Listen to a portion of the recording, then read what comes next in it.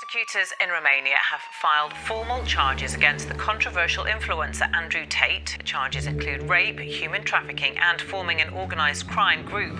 You have one mission: become the most famous man on the planet. You don't have a Nobel Prize, you're not a politician, you're not the richest man on earth, and you're not a footballer, so how would you do that? My theory is that he has created a persona which purpose is to provide a social commentary, a critique of the society. The problem is now, it has gone so far that people cannot tell the difference between the critique of the society and the man himself. Is Andrew Tate the most misunderstood thinker of our modern society? Andrew, are you misunderstood? Yes, I am misunderstood. Hello and welcome. My name is William and I am a sociologist at the University of Warwick in the UK. And I think that Andrew Tate's character is one of the greatest pieces of performance art on earth. In the recent years, many people have cracked the code at how to become famous through character design. Argentinian artist Amalia Ullman created several fake Instagram personas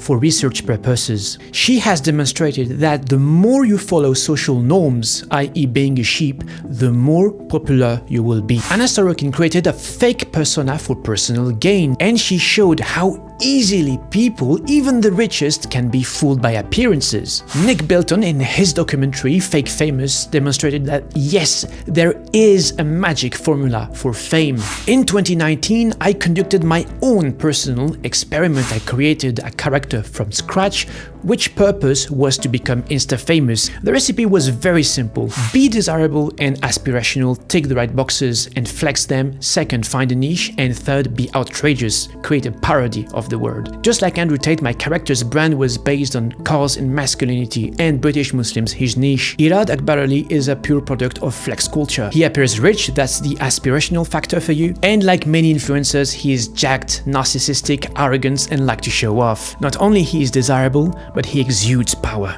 I just needed to create a website, shoot a video, imagine a background story, take pictures with supercars, designer brands, pictures in Dubai, Photoshop an appearance on BBC Breakfast, and like many influencers, to kickstart his fame, I would buy some fake followers, comments, and likes. Just like 50% of all UK influencers inflate artificially their figures. And people got lured by the numbers. Some small celebrities started following him, resharing his post. I started tagging brands and restaurants, and they all reshared my posts, which never happened with my personal Instagram account with something like 400 followers. Pandemic kicked in, but then if I had continued, I am sure I would have been able to secure proper deals and collaborations with brands, meaning money out of nothing. Fake it until you make it has been scientifically proven to be a winning strategy on the very short term, because you cannot fake it forever, people find out. But Andrew Tate only needed the short term. Andrew Tate figured out this first step very easily. Fast cars, nightclubs, women, luxurious destination. He knew that there are three topics which would always cause people to talk: how to get money quick, seduction advice, and consumerism. Target any of these three fields. Even if you don't have the experience or the knowledge, just talk and you'll have people coming to you. I don't know many people who made money out of a YouTube gardening channel, and Tate managed to merge these three fields into one person, himself. And this is how he made most of his money, making business out of people's desire. He started with a chemical business, offered a course about how to get rich quick and seduction advice. And it works for women as well. You have probably seen all these Instagram models. They don't have a boyfriend, they are not in high-paying jobs, they don't have business, but how can they flex these 5-star resorts in the Maldives, all these first-class Emirates tickets? The Dubai porta potty scandal revealed it all. That's because a lot of these DM for collabs are in fact escorts. And the problem of Instagram is that everyone does the same thing. Everyone has the same lifestyle, everyone goes to Dubai, everyone has a Lamborghini, and everyone offers an online course. Everyone has a Lambo or a Ferrari, it's easy. So how do you differentiate yourself?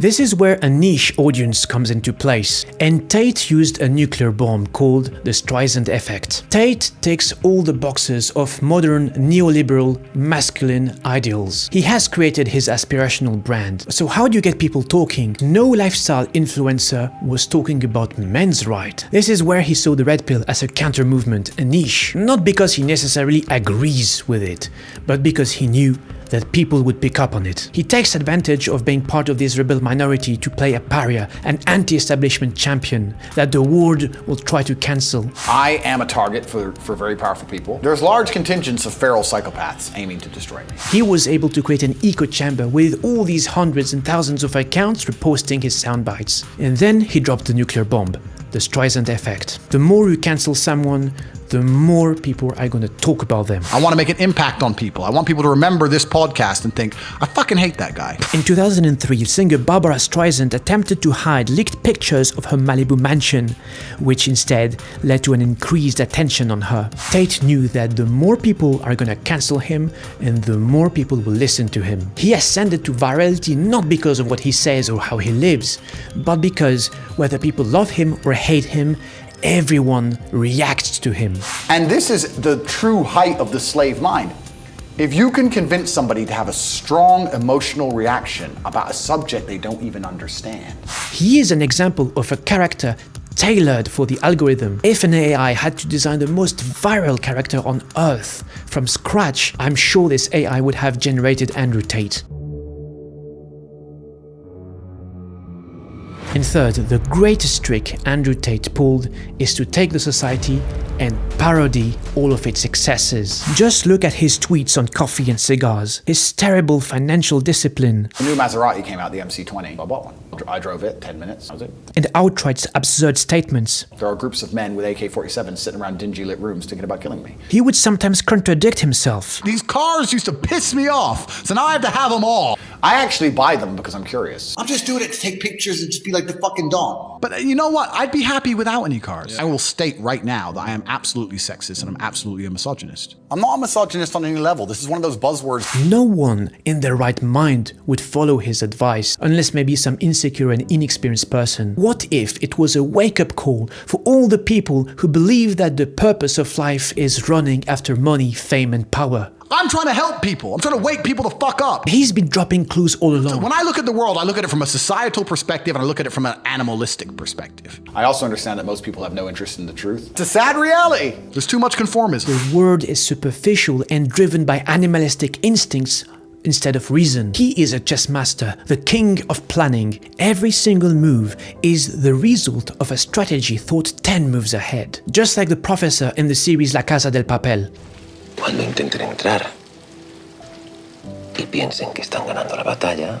But did Tate go as far as planning his own arrest? Well, it's maybe too early to say. He embraced Islam publicly and appears with the Quran. It's a book where you have a chapter called Surat al-Takathur, which means a race for the worldly possessions. The chapter deplores and condemns how men set themselves for perdition by competing for material possessions. If you look through the appearances, Andrew Tate laments on a world that has become excessively materialistic, where no one looks for the meaning of life anymore, where everyone believes in the law of the jungle and the survival of the richest, and instead of forming alliances, it's every man for themselves, a world where solidarity and brotherhood has been replaced by the competition for material possessions, a world where neoliberalism, the religion of money, fame and power, has replaced any form of morals and ethics. Masculine life is war. It's a war for the female you want. It's a war for the car you want. It's a war for the money you want. It's a war for the status. And the reason men kill themselves is because for the majority of men,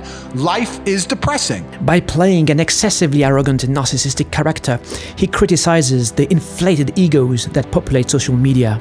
By playing an excessively promiscuous man, he criticizes the simping culture, the lust of men for female bodies. By playing an overly conservative man, he criticizes men who control women as their private property. By playing a misogynist, he criticizes women who are willing to objectify themselves for men only for the sake of material security. Tate, the man, was probably never an advocate of misogyny, the exploitation of women and the pursuit of worldly possessions. But Tate, the character, played an overly misogynistic man, this kind of pimp who exploits women and considers them as property and who runs after worldly possessions. He pushed these characters to the extreme to denounce them, to denounce all these men who are misogynistic and exploitative. His performance holds a mirror to the society. By becoming the most outrageous and absurd character on earth, his performance screams to the world, here is what not to do.